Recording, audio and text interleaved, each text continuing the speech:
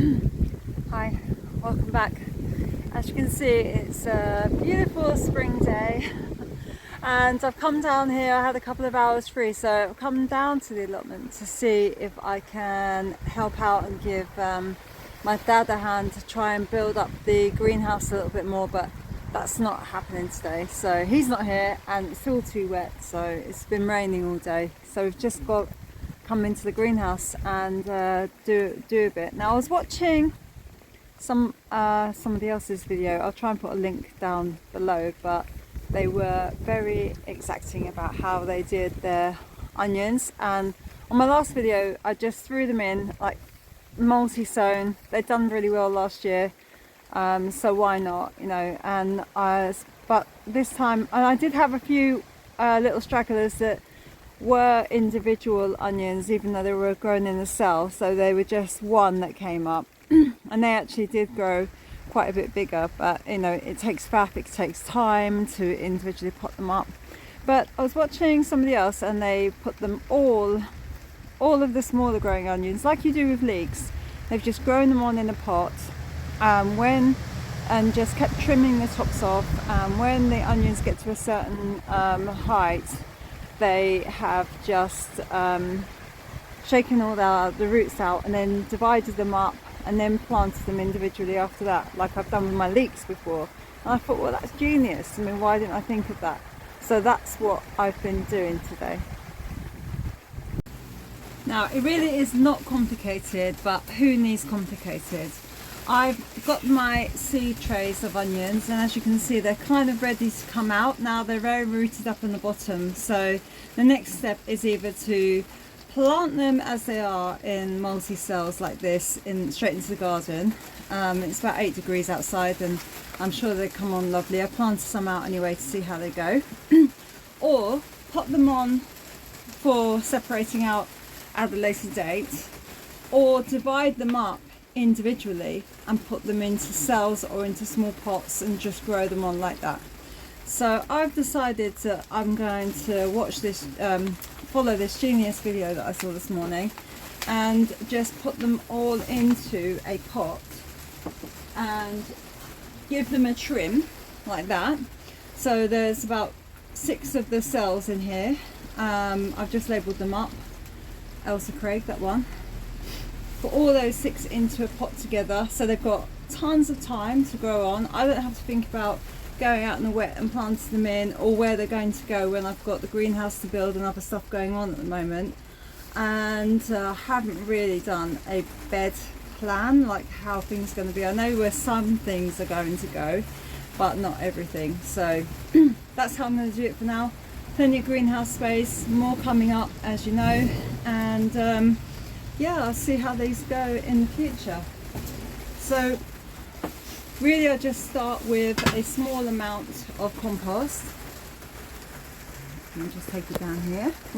So in my trays, while they're still in the trays, I've just been snipping the tops off just to, I guess, encourage new root growth at the bottom and to get them growing nice and straight.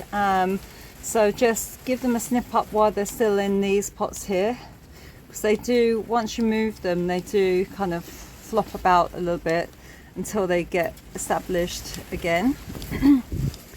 Just trim them up, and then you've got like a whole little cell here.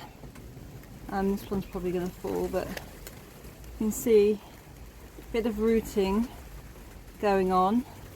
These have sort of stopped growing a bit now. They've got to kind of the maximum that they will do in here, and I think this because this compost is a bit sandy and does dry out quite quickly. So they loved it to germinate, but now they need a bit more growing space. So I'm just moving them on into this nice, lovely, peat-free compost that I've got here, Melrose. See how they go from now. So watch this space. I'm going to probably pack about at least 6 of these cells, if not 8, by the time we just squash them together a little bit with this excess compost around the outside. I'll probably squash about 8 of these cells into this 4x4 pot. So we'll just see how they go, but that will give us plenty of time for them to just grow on won't have to worry about them. Shouldn't dry out. They should be nice and big to separate out when it comes to it in a month or two's time. And there we are, there's another little pot done.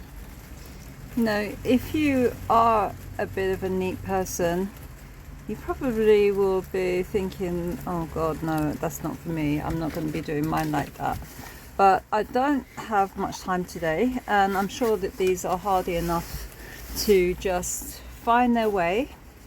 Haven't disturbed the roots too much. They just need a little bit of time to now perk up, and overall they're going to take up a lot less space on my shelving than all of these big wide trays. And as you know, like, greenhouse space will become premium in the coming weeks. Peas, lots of things ready to go in, but you know, we're just rained off. We're just really rained off today. So wait for another spring day to come around.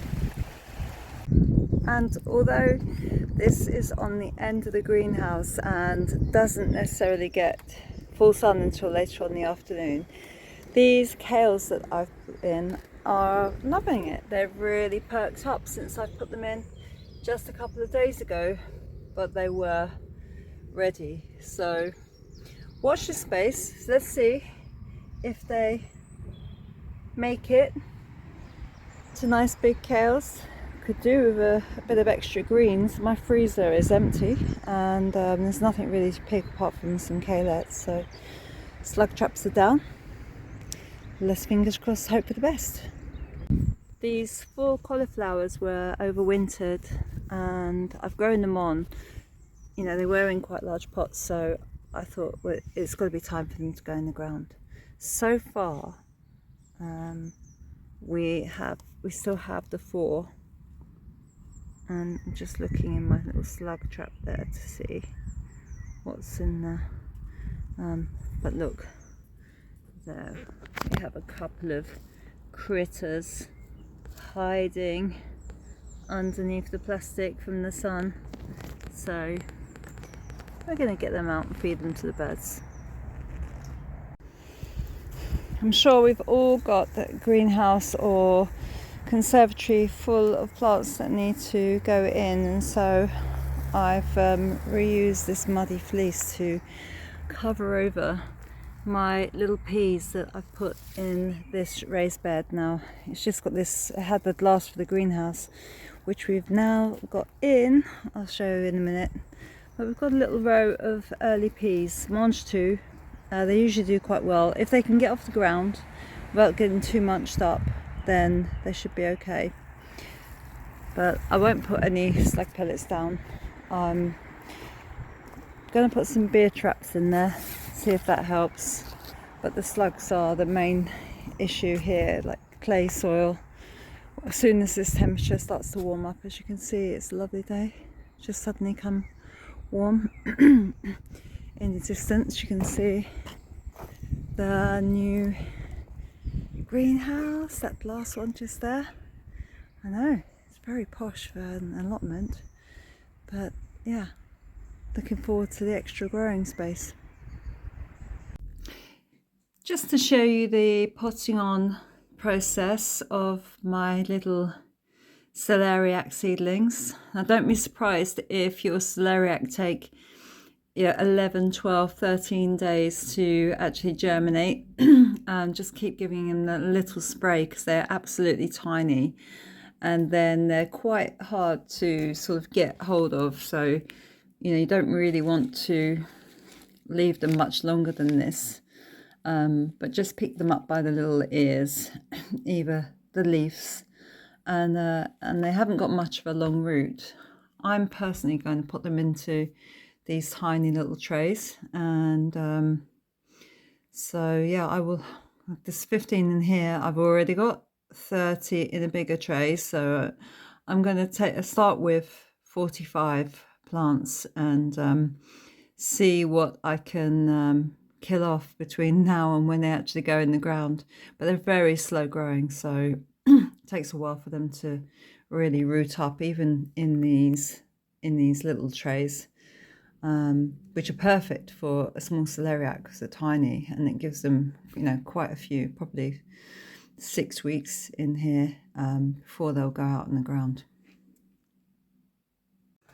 So it's time for a little update on the indoor growing conditions, especially as weather has been so bad outside, and we're just kind of waiting for it to warm up a little bit. So I just come into my room to have a look at the grow light situation and see how the indoor plants are doing.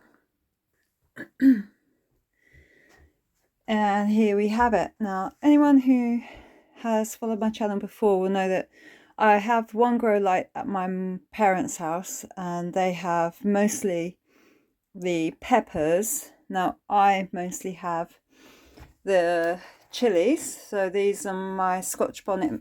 Predominantly, like 90% of my chilies are Scotch bonnet. And I just have a few of a self-save seed from a habanero from last year. So they're in these, they're now up to these, no, what do you call that, 2 litre pot or 1 litre pot? Anyway, it's a 4 inch or 10 centimetre diameter pot. They've been in there for about a week now, so they'll be okay probably until they're able to be potted onto, well, maybe the second largest pot that they will be in. And these big things at the back, as you can see, doing really well, are my, let's see if I can get this one out, are my aubergines. These are the long, tall Melanjanus lungo, so they're the long, tall purple ones. And again, I mean, it won't be long before these ones have to go up, but because they're quite greedy, aubergines are quite greedy, so they like a lot of growing space. Everything's kind of ready to go out, really, almost getting too tall for my tallest grow lights, the Mars Hydro that I use here, and they've been really good. Recently done my tomatoes, so there's lots of different varieties there. Some from self-saved seed, but mostly Tiny Tim and Cherry Cerise and Costa Luto, and let me just see, Crimson Crush. So we got yeah, a good variety, some a bit earlier than others. There's my little celeriac that I've just potted on. A little tomato that somebody else gave me. Nigina, I haven't heard of that before. More peppers, like just coming into doing a bit of flower, so I'm just going to pick those flowers off. I've kind of learned to be a bit more brutal about them now, so as soon as I don't think about it anymore, like maybe last year I would think, oh, what's the best thing to do, should I leave them on or should I pick them out? I'll wait until they develop so I don't pull any new leaves off. But you'll see that some young plants under grow lights, especially indoor conditions where you've got the heating on and the ambient temperature is quite high, they just start to make and these are different coloured leaves. They're not actually looking bad, but they just get a darker colour, these ones. So fennel, like to grow quite a lot of fennel. Take a while to make the second leaves. These have been in here. I grew them in the seed tray and then they've just come up into here. They've been, these ones are a little bit ahead now. There's fennel di Firenze and this is Monte Bianco. So that's the two types of fennel that I grow, and we've just got an extension of the tomato plants. As you can see, I will probably be giving a few away, but I've really just grown about 4 or 5 of each variety, and we'll just see how they go there. These were donations from a friend, so again, just a different pepper, a tall skinny pepper, and more celeriac. I've got some more things in the greenhouse which I'll go and have a look at, mostly brassicas that are under a bit of cover, but they're fine in the greenhouse now. So hope everything's going well. It's exciting, isn't it? Ready to go out. Everything's kind of needs to move on a bit now, really, and have some decent outdoor sunshine. Thanks for watching. Nothing really to plant this week. I have got some peas that I did a couple of days ago. So this will be my second set of peas that haven't come up yet, but that's really all that I'm thinking about. if things get eaten that I planted, I should have to grow another batch. So far, fingers crossed, coriander have survived, cabbages have survived, cauliflowers have survived, and the kale have survived. So and we've had just a couple of solid days of rain. So happy growing, and hopefully it'll be sunny next time I speak to you.